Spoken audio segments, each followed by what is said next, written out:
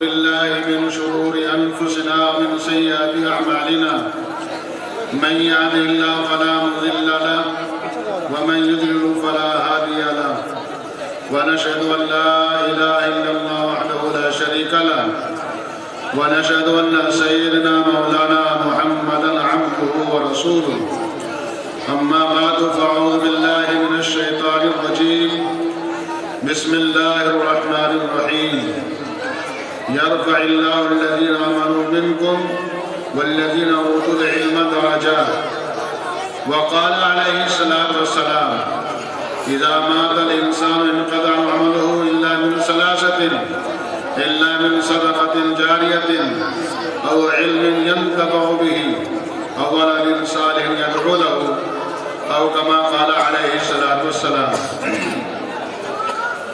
معزز علماء کرام، محترم حضرات، بزرگوں، دوستوں، پس پردہ بیٹھی ماں اور بہنیں، آپ حضرات کے سامنے قرآن کریم کی ایک آیت اور حضور اکرم صلی اللہ علیہ وسلم کے فرامین میں سے ایک فرمان پڑھا ہے. انہی کے تحت میں مختصر سی باتیں عرض کرنی ہیں. دعا کیجئے اللہ تعالیٰ مجھ کو حق بات کہنے کی اور ہم سب کو سننے کی اور عمل کرنے کی توفیق نصیب فرمائے. حدیث شریف میں حضور اکرم صلی اللہ علیہ وسلم نے ارشاد فرمایا کہ انسان جب تک زندگی میں رہتا ہے وہ اچھے برے اعمال کرنے کا مکلف رہتا ہے اور اچھے برے اعمال کرنے کی اس کے اندر طاقت ہے. وہ قرآن کریم بھی پڑھ سکتا ہے، نماز بھی پڑھ سکتا ہے، اچھے کام بھی کر سکتا ہے، کسی کو گالی بھی دے سکتا ہے، کسی کو ستا بھی سکتا ہے. دونوں عملوں کا سلسلہ اچھے کا برے کا جاری رہتا ہے. لیکن جب انسان دنیا سے رخصت ہو جاتا ہے، دنیا سے چلا جاتا ہے، تو پھر اچھے اعمال کا بھی اور برے اعمال کا بھی سلسلہ اس سے منقطع ہو جاتا ہے، ختم ہو جاتا ہے، اعمال کا سلسلہ رک جاتا ہے. لیکن تین اعمال حضور اکرم صلی اللہ علیہ وسلم فرما رہے ہیں کہ ایسے ہیں وہ تین عمل کہ آدمی اپنے قبر میں ہوگا لیکن ان کا ثواب کرنے والے کو برابر ملتا رہے گا اور پہنچتا رہے گا. تو کیوں نہ ہم زندگی میں ایسے عمل کر جائیں جو اپنی قبر میں ہو، ہمیں چین سکون مل رہا ہو اور چین سکون سے ہماری زندگی گزر رہی ہو، کوئی دقت نہ ہو، کوئی پریشانی نہ ہو. ایسا ہم بھی سبھی چاہتے ہیں کہ کوئی عمل ایسا کر جائے، لیکن یہ عمل کی جگہ ہے. دنیا جو ہے وہ دارالعمل ہے اور آخرت بدلے کی جگہ ہے. تو دوستوں، بزرگوں، عزیز بھائیوں، اللہ کے نبی ارشاد فرما رہے ہیں کہ تین عمل ایسے ہیں کہ جن کا مرنے کے بعد ثواب ملتا رہے گا. یعنی وہ صدقہ جاریہ ہیں. صدقہ جاریہ عمل ہوتا ہے کہ آدمی زندگی میں کر گیا لیکن اس کا ثواب برابر ملتا رہتا ہے. جیسے کہ مدرسہ ہے یا مسجد ہے یا کنویں کا کھدوا دینا، نلکا لگوا دینا ہے یا سڑک کا بنوا دینا ہے، ایسی چیز جس سے پبلک فائدہ اٹھاتی رہے، یہ صدقہ جاریہ میں ہوتا ہے. اور دوستوں، بزرگوں، عزیز بھائیوں، مدرسہ تو سب سے اہم ہماری ضرورت ہے. اللہ رب العزت نے سب سے پہلے آسمان میں مدرسے کو قائم کیا ہے. ابھی مسجد نہیں بنی، کوئی عبادتگاہ نہیں بنی، لیکن اللہ نے سب سے پہلے آسمان پر مدرسہ بنایا ہے. اور پہلے بارے میں الف لام میم کے اندر دوسرے تیسرے رکوع میں یہ واقعہ پورا حضرت آدم علیہ السلام کا موجود ہے. اور اللہ رب العزت نے فرشتوں سے مشورہ کرا کہ بتاؤ جی میں ایسے اپنا خلیفہ بنانا چاہتا ہوں، تمہاری کیا رائے ہے؟ فرشتوں نے کہا آپ ایسی چیز کو کیوں پیدا کر رہے ہیں جو دنیا میں جا کر کے خون ریزی اور بغاوت کرے، دنیا کے نظام کو ہلاک اور برباد کرے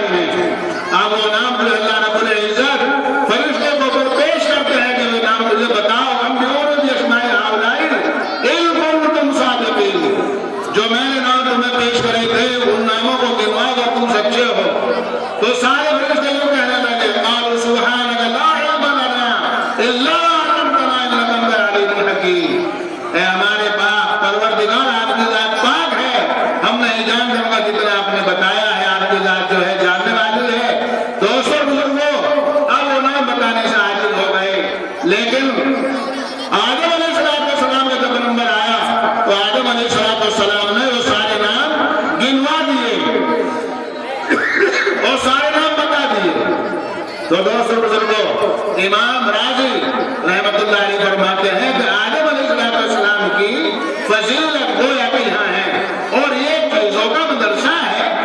آدم علیہ السلام کے سامنے وہ چیزیں جو نام گنوائے تھے حضرت آدم نے سارے بتا دیے۔ تو دوستوں بزرگوں عزیز بھائی بتاؤ، آسمان پہلے اللہ نے مدرسے بنایا نہیں بنایا؟ اب آج بھی سوچنے کی ضرورت ہے، اگر مسجد میں گیا نماز کا طریقہ نہیں جانتا، قرآن پاک پر نہیں جانتا، تو نماز ہو جائے گی؟ بالکل نماز نہیں اس کو ہو سکتی۔ اس لیے پہلے مدرسے کی ضرورت ہے کہ پہلے مدرسہ ہو اور بعد میں نماز پڑھی جائے، سیکھ کر کے پڑھی جائے۔ ایسی نہ ہو کہ بغیر سیکھے ہم نماز پڑھ لیں، بلکہ نماز کو بھی سیکھنے کی ضرورت ہے۔ دنیا کے کام بغیر سیکھے نہیں آتے، سائیکل چلانا بغیر سیکھے نہیں آتے، ٹینکر چلانا بغیر سیکھے نہیں آتا، مستری بنا بغیر سیکھے نہیں آتا، دنیا کے کام بغیر سیکھے نہیں آتے۔ تو بتاؤ جو دین ہے بغیر سیکھے آ جائے گا؟ اس کو بھی سیکھنے کی ضرورت ہوگی۔ اس لیے اللہ کے نبی فرماتے ہیں خیرکم من تعلم القرآن وعلمہ، کہ تم میں بہترین شخص وہ ہے جو قرآن پاک کو سیکھے اور سکھائے۔ سیکھنے والے کی فضیلت اللہ کے نبی نے پہلے بیان فرمائی اور سکھانے والے کی بعد میں بیان فرمائی۔ اگر سیکھنے والا نہ ہوگا تو سکھائے گا کس کو؟ اس لیے پہلے سیکھنے والے ہونے چاہیے۔ پہلے بچے مدرسے میں آتے ہیں، سکھانے والا بعد میں آتا ہے۔ ریل کے ڈبے پہلے سواری بیٹھتی ہے، انجن بعد میں ٹوٹتا ہے، تب وہ لے کر کے چلتا ہے۔ تو اس لیے دوستوں پڑھو، عزیز بھائیوں، مدرسہ ہم سب کی ضرورت ہے۔ یہ مدرسہ اگر قائم رہے گا اور مدرسہ چلتا رہے گا تو ہمارے نسلوں میں دین رہے گا اور حافظ اور عالم پیدا ہوتے رہیں گے۔ ہماری بخشش کا، ہمارے نجات کا، آخر میں چھٹکارے کا ذریعہ بنتا رہے گا۔ دوستوں بزرگوں عزیز بھائیوں، حدیث شریف میں آتا ہے کہ جس کا بچہ عالم دین ہو جائے، حافظ قرآن ہو جائے، تو اس کے بارے کے نیارے ہو جائیں گے۔ حدیث شریف میں فرمایا گیا کہ جس کا بچہ حافظ قرآن ہو جائے تو آگے قرآن سے اللہ تعالیٰ فرمائے گا یقال لصاحب القرآن اقرأ وارتقي ورتل كما كنت ترتل في الدنيا فإن منزلك عند آخر تقرأها۔ صاحب قرآن سے اللہ فرمائے گا تو ایک آیت پڑھتا جا، جنت کے دردوں پہ چڑھتا جا اور پھیر پھیر کے پڑھ جیسے دنیا میں پڑھا کرتا تھا۔ جہاں تیری آخری آیت ہوگی وہیں تیرا ٹھکانہ ہوگا۔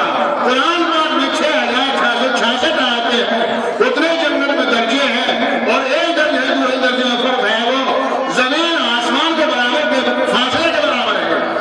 تو کتنا بڑا درجہ ہوگا؟ اب ہم سوچتے ہیں کہ بھئی یہ تو ہم کام کر نہیں سکتے، حالانکہ اللہ قرآن میں فرما رہے ہیں وَلَقَدْ يَسَّرْنَا الْقُرْآنَ لِلذِّكْرِ فَهَلْ مِن مُّدَّكِرٍ۔ ہم نے قرآن کریم کو آسان کر دیا ہے، کوئی ہے نصیحت کرنے والا، کوئی ہے سیکھنے والا۔ اتنا بڑا قرآن کریم اللہ آسان نہ کرتا تو بچے اپنے سر میں محفوظ کر سکتا تھا؟ بالکل نہیں کر سکتا تھا۔ یہ قرآن کا معجزہ ہے کہ چھوٹے چھوٹے بچے اپنے سینے میں اس کو محفوظ کر لیتے ہیں اور پورا قرآن بغیر دیکھے رمضان میں پڑھتے ہیں۔ اب رمضان آنے والا ہے، 15-20 دن کے بعد میں رمضان آنے والا ہے اور پورا قرآن شریف ہم لوگ سنیں گے، بچے سنائیں گے۔ تو یہ اللہ نے حفاظت کا ذمہ بنا لیا ہے قرآن پاک کا۔ اس لیے اللہ نے چھوٹے چھوٹے معصوم بچوں کے اندر قرآن کو محفوظ کر دیا ہے۔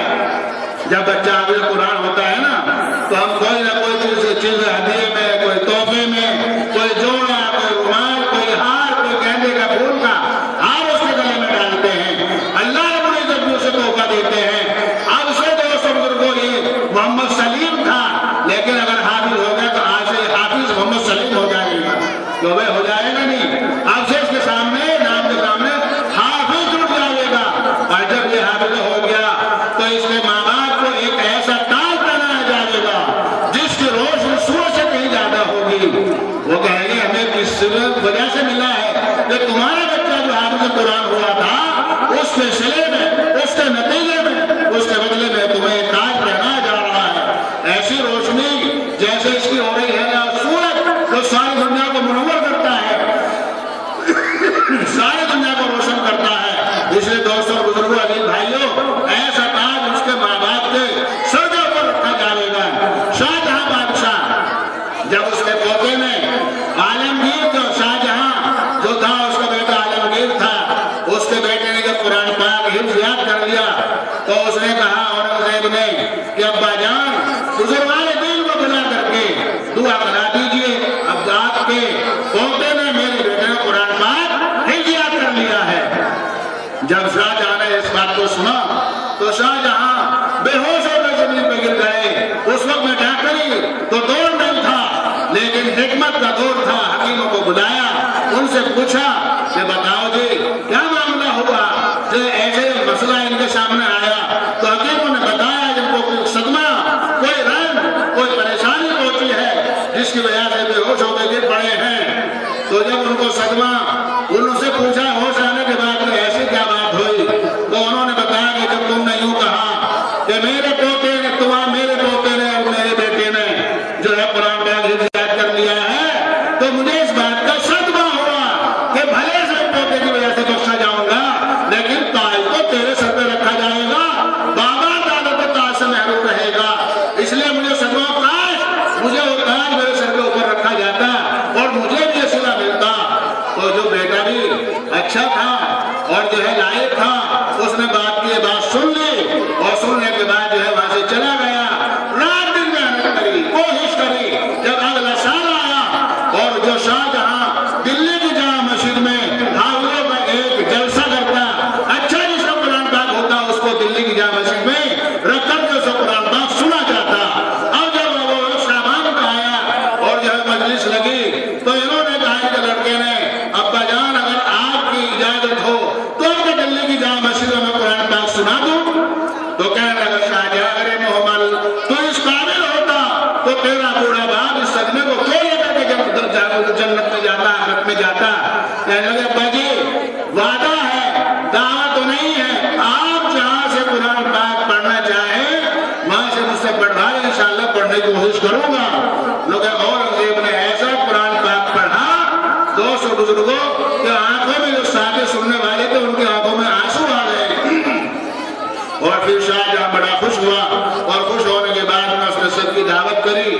تو دوستوں بزرگوں عزیز بھائیوں، قرآن کریم تو ایسی چیز ہے کہ جو نیچے سے اوپر لے جاتا ہے، اور اب سے محمد سلیم کا لیکن اس کے ساتھ میں حافظ قرآن لگ گیا ہے، تو اس کا دیکھیں کتنا بڑا مقام آخرت میں ہوگا کہ سب سے اونچا مقام حافظ قرآن کو ملے گا۔ ایک آیت پڑھے گا، ایک درجہ چڑھے گا، تو کتنی آیتیں ہوں گی، کتنے درجے ہو گئے؟ یہ کس کو مل رہا؟ حافظ قرآن کو مل رہا ہے، کیونکہ اس نے اللہ کے کلام کو اپنے سینے کے اندر اتارا ہے۔ پڑھانے والے بھی محروم نہیں ہیں، ان کو بھی صلہ مل رہا ہے۔ اس لیے کم سے کم ہم اگر حافظ نہیں بن سکتے تو اپنی اولاد کو بنا سکتے ہیں، اور جتنی آج سیکھنا چاہیں تو سیکھ بھی سکتے ہیں۔ اگر ایک بارے کے حافظ ہو گئے تو یہاں دنیا میں دیکھتے ہو فلاں صاحب کا مقام 8 منزل کا ہے، میں 9 منزل 10 منزل بنانے کی کوشش کروں گا اور میں اس کے لیے محنت اور مجاہدہ کروں گا، لیکن آخرت میں کتنا اونچا مقام ہوگا حافظ کا یہ ہم نہیں سوچتے ہیں۔ اس لیے بعض جگہ قرآن پاک حفظ یاد کرنے کی کوشش کرتے ہیں اور بہت سے حافظ ہو جاتے ہیں، اور بڑی عمر میں سیکھ لینا یہ تو کمال کی بات ہے۔ جب حضور صلی اللہ علیہ وسلم قرآن اترا تو کیا صحابہ کرام بوڑھے نہیں تھے، جوان عمر نہیں تھے، بچے ہی سارے تو سیکھنے جاتے تھے، جوان عمر والے بھی جو انہوں نے قرآن پاک کو پڑھا اور سیکھا۔ اس لیے قرآن اور علم دین سیکھنے کا کوئی وقت نہیں ہے۔ اللہ کے نبی ارشاد فرماتے ہیں اطلبوا العلم من المهد الى النهار، کہ تم علم دین حاصل کرو ماں کی گود سے لے کر کے قبر میں جانے تک۔ قبر میں جانے سے پہلے علم دین سیکھ سکتا ہے، اس کی کوشش کر سکتا ہے اور علم دین آ سکتا ہے۔ شیخ سعدی علیہ رحمہ ایک بزرگ گزرے ہیں، 120 سال کی زندگی ہوئی ہے۔ جب پڑھنے والے گئے تو 40 سال کی عمر ہو چکی تھی، زبان موٹی پلٹتی نہ تھی۔ جب بچے مدرسے میں جاتے، بچے ان کا دیکھ کر کے مذاق اڑاتے، ان کی تفریح کرتے، دیکھو اتنا بڑا آدمی قاعدہ پڑھنے آیا، نورانی قاعدہ پڑھنے آیا ہے، تو ہنسی مذاق ان سے کیا کرتے، وہ بیچارے پریشان ہو گئے۔ ایک دن سوچا چلو جا کر کے کنویں میں گر کے مر جاؤں گا، ایسی زندگی سے مر جانا بہتر ہے۔ لیکن جب کنویں میں جا کر کے دیکھا عورتیں چلی گئیں، تو جو رسی ہوتی ہے اور جو کنویں کا گولا ہوتا ہے اس سے ٹکر جو کھاتی ہے، گھستی ہے، تو وہ رسی کے چلنے کی وجہ سے کنویں کا جو گولا ہوتا ہے، من ہوتی ہے، اس میں گہرے گہرے نشان اور گڈھے پڑ جاتے ہیں۔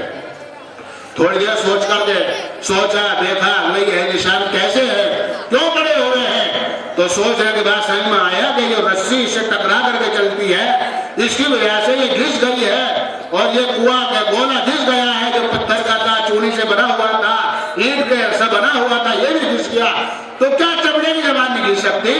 چلو پھر محنت کریں گے۔ اور پھر انہیں آ کر کے محنت شروع کری، پڑھنا شروع کر دیا۔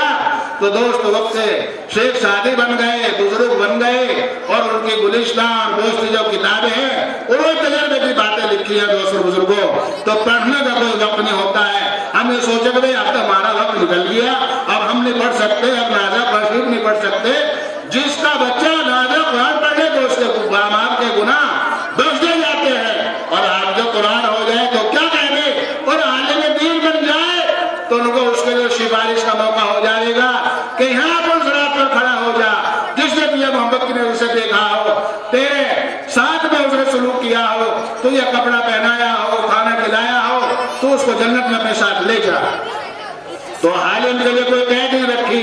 اللہ کے نبی کے بارے میں فرمایا، اللہ کے نبی حضور صلی اللہ علیہ وسلم کے بارے میں اللہ نے فرمایا، نبی جی اگر آپ چاہو تو آپ کی امت کو ہم آدھی کو بخش دیں اور یہ آدھی ایسے رہ جائے، اور چاہے تو آپ شفاعت قبول کر لیں، شفاعت کا آپ کو دے دیا جائے۔ تو اللہ کے نبی نے آدھی امت نہیں بخشوائی بلکہ شفاعت قبول کر لی۔ کیا کر لی؟ شفاعت قبول کر لی کہ شفاعت کے ذریعے سے سب کو جہنم سے نکلوا کر کے جنت میں داخل کرا دوں گا، اور سب کے لیے میں سفارش کروں گا، شفاعت کروں گا۔ تو دوستو بزرگوں، آج شب برات کی رات ہے۔ کیسی رات ہے؟ اللہ کے یہاں سے بری ہونے کی رات ہے۔ اپنے آپ کو بدخواہ لوگوں سے مٹوا کر کے نیک لوگوں کے دفتر میں نام لکھوانے کی رات ہے۔ یہ رات ویسے ہی بیکار کی رات نہیں ہے، بلکہ اپنے آپ کو اللہ کے سامنے رونے دھونے بخشش کروانے کی رات ہے، کیونکہ آج شب برات، اور برات کے معنی ہوتے ہیں بری ہونے کے۔ جب یہ شب برات آئی حضور صلی اللہ علیہ وسلم کے وقت میں، تو اللہ کے نبی حضور اکرم صلی اللہ علیہ وسلم کی باری حضرت عائشہ کے یہاں تھی۔ اللہ کے نبی صلی اللہ علیہ وسلم آہستہ سے اٹھے، کنڈی آہستہ سے کھولی، چپل آہستہ سے پہنے، اور پہن کر کے وہاں سے نکلے، اور جب قبرستان قریب میں تھا جنت البقیع، وہاں تشریف لے گئے، اور جا کر کے مردوں کے لیے اشارے ثواب کیا۔ حضرت عائشہ کی جو آنکھ کھلی، دیکھا تو حضور صلی اللہ علیہ وسلم نہیں ہیں۔ ان کے ذہن میں یہ بات آئی کہ کسی دوسری گھر والے کے پاس تشریف لے گئے ہیں، چلو تلاش کرتے ہیں کہاں ہے۔ لہذا ازواج مطہرات کے گھروں میں دستخط دی گئی، کہیں آپ صلی اللہ علیہ وسلم کا پتہ نہیں لگا۔ پھر فاطمہ کے گھر گئے تو وہاں جو ہے پوچھا کیا حضور ہے کہ نہیں، تو حسن حسین علی باہر نکل آئے، اور فاطمہ ہی باہر آ گئی، اور جو آپ کو تلاش کیا تو آپ صلی اللہ علیہ وسلم کو جنت البقیع میں پایا گیا۔ آپ صلی اللہ علیہ وسلم دیکھ کر کے واپس آ گئی۔ حضور نے آ کر کے پوچھا کیا تمہارا یہ خیال تھا میں تمہارے نمبر میں تمہاری باری میں کسی اور کے پاس جاؤں گا؟ کیا میرا تو کچھ ایسے گمان تھا۔ حضور نے فرمایا آج اللہ کی رحمت اس قدر جوش میں ہے، اس قدر جو ہے دوست بزرگوں حرکت میں ہے کہ آج بنو کلب جتنی اس کے اندر بکریاں ہیں اس سے بھی کہیں زیادہ اللہ تعالیٰ معاف کرنے پر ہے، معاف کر رہے ہیں لوگوں کو۔ اللہ تعالیٰ کیا ہے؟ معاف کر رہے ہیں۔ اس رات کی یہ فضیلت ہے کہ اللہ رب العزت مغرب کے بعد سے آسمان دنیا پر تشریف فرما ہوتے ہیں، اور یہ اعلان کراتے ہیں اللہ مستغفر فاغفر له، اللہ مستغفر له، اللہ مطلب فوقافی، اللہ قضا و قضا حتی یطلع الفجر، کہ کوئی ہے بخشش چاہنے والا جس کو بخش دیا جائے، کوئی ہے معافی چاہنے والا جس کو معاف کر دیا جائے، کوئی ہے روزے کا مارا ہوا جس کو روزے کے دروازے کھول دیے جائے، کوئی ہے بیمار بیماری سے پریشان جس کے بیماری کو صحت میں بدل دیا جائے۔ اس طریقے کے جو اور بھی اعلان ہوتے ہیں، 3 اعلان تو حدیث شریف میں موجود ہیں۔ اس کے علاوہ جس کی جو ضرورت ہوتی ہے اللہ تعالیٰ ان کو پورا کرنے کے لیے اس رات کی مغرب کے بعد تشریف فرما ہوتے ہیں۔ حالانکہ اور راتوں میں اللہ تبارک و تعالیٰ آسمان دنیا پر آخری حصے میں تشریف فرما ہوتے ہیں، اور یہی اعلان کراتے رہتے ہیں۔ لیکن اس رات کی فضیلت ہے کہ مغرب کی بات صحیح آسمان دنیا پر تشریف فرما ہو کر کے اعلان کراتے ہیں۔ جیسے بجلی والوں کا ایک محکمہ دل جمانے ہوتے ہیں تو وہیں جمع جا کر کے کرنے پڑتے ہیں، لیکن کبھی کبھی سال میں 1 مرتبہ یا 2 مرتبہ آ کر گاؤں میں کیمپ لگاتے ہیں، آج چھوٹ چل رہی ہے اور وہاں لگا کے ضرورت ہی آ جاؤ، ہم تمہارے گھر پہ آئے گا، تمہارے محلے میں یہ بل جمع کرو۔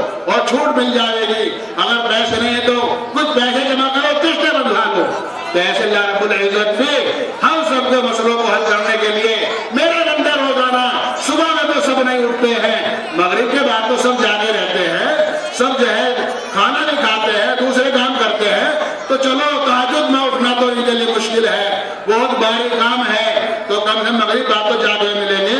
آج ہم تمہاری ضرورتوں کو مغرب بعد ہی پورے کرنے کے لیے آ گئے ہیں، تو اپنی ضرورتوں کو رکھو، تو اپنے مسئلوں کو رکھو، ہم تمہارے آج مسئلوں کو حل کر دیں گے۔ باہر راستے پر کسی کی ویگن گاڑی کھڑی ہوئی ہے، بڑی گاڑی آ گئی ہے، وہ نکل نہیں کرانے کی ہے، اللہ تعالیٰ کی رحمت جوش میں ہے، اور اس قدر معاف کر رہے ہیں کہ بنو کلب ایک قبیلہ تھا، اس میں جتنی بکریاں ہیں اور ان کے اوپر جتنے بال ہیں اس سے بھی کہیں زیادہ بخشش کر رہے ہیں۔ اب بکری اور بکری کا پورا جسم کتنے بال ہوتے؟ آدمی کا سر تو ایک ملائم کا ہی ہوتا، آدمی نے گن کا آج تک بتایا کہ میرے سر پہ اتنے بال ہیں، تو بکری گن کے بتا سکتا ہے؟ تو پتا یہ چلا کہ لا تعداد ایک انسان کو اللہ تعالیٰ آزاد کر رہے ہیں۔ کچھ اس میں ایسے بھی انسان گنوائے جو ماں باپ کے نافرمان ہیں، عاق الوالدین ہیں، یہ جو کیا ہے نافرمان ہیں۔ تو اس رات میں جو نافرمان ہو تو اپنے ماں باپ کی خدمت کرنے کی انشاءاللہ کوشش کریں۔ اور دوستو بزرگوں عزیز بھائیوں، ہم اس رات میں جیسے چپکے سے حضور سے اٹھے تھے اور جنت البقیع قبرستان میں گئے تھے، اس طریقے سے ہم اپنے آہستہ سے اپنی مسجدوں میں یا مسجد میں اپنے گھر کے اندر ہی بات کریں، کیونکہ حضور مسجد میں نہیں گئے تھے، مسجد تو بالکل قریب ہی تھی، ایک قدم رکھو مسجد نبی آپ کے حجرے سے نکلتے ہی تھی، لیکن اللہ کے نبی اپنے گھر میں عبادت کر رہے ہیں، کسی کو تکلیف نہیں پہنچا رہے ہیں۔ تو اس لیے عزیز بزرگوں، دوستوں، عزیز بھائیوں، ہم اس رات میں عبادت کریں، کچھ صدقہ خیرات کریں۔ ماشاءاللہ آپ نے اپنے مدرسے کا تعاون فرمایا ہے، بچوں نے آپ کے سامنے کچھ پڑھ کے سنایا ہے، تو ماشاءاللہ آپ کا مدرسہ صحیح طریقے سے چل رہا ہے، ترقی کر رہا ہے۔ اللہ تعالیٰ اس مدرسے کو بھی دن دونے راتوں میں ترقی عطا فرمائے، اور آپ حضرات کی زندگی میں چین سکون نصیب فرمائے، اور انشاءاللہ پھر حاضری ہوگی تو انشاءاللہ پھر موقع آپ کے سامنے انشاءاللہ آئے گا۔ پہلی بار آپ کے گاؤں میں آنا ہوا، اللہ تعالیٰ آپ کے تمام ضروریات کو حیات پورا فرمائے۔ پیغمبر علم کے خاطر مثال سمع زیبا ہے، بغیر اس کے ہم نہیں پہچان سکتے کہ خدا کیا ہے، اس لیے مدرسہ بنایا جاتا ہے تاکہ ہم پہچان لیں خدا کیا ہے، اپنی ضرورتوں کو رکھنے والے مانگنے والے بن جائیں۔ اللہ تعالیٰ ہم سب کو ان کی توفیق نصیب فرمائے۔ وآخر دعوانا الحمدللہ رب العالمین۔